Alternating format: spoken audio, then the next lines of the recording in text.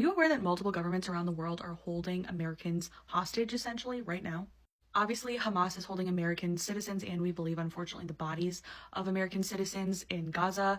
Obviously, 6 came home from Venezuela last week, led by Rick Grinnell. We believe there's at least 6 more still in Venezuela.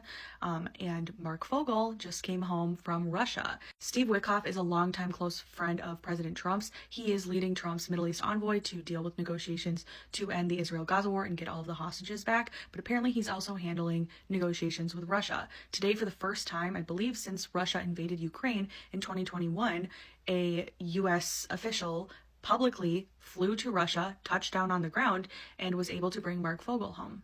He's been held on kind of bullshit drug charges, I believe also since 2021. This photo of him could make me cry.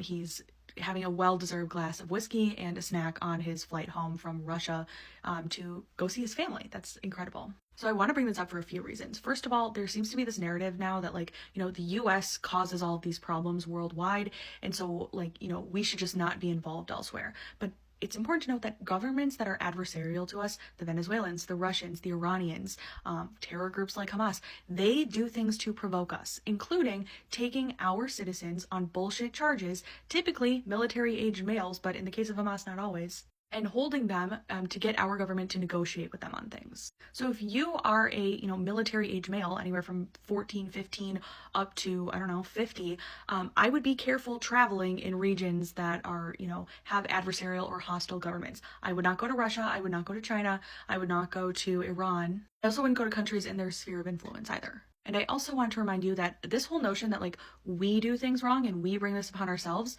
no, we don't. So thank God Marc Fogel's home. I hope President Trump can bring more Americans home who have been increasingly held over the last few years. And next time somebody tells you that the United States, caused everything wrong in the world, think again.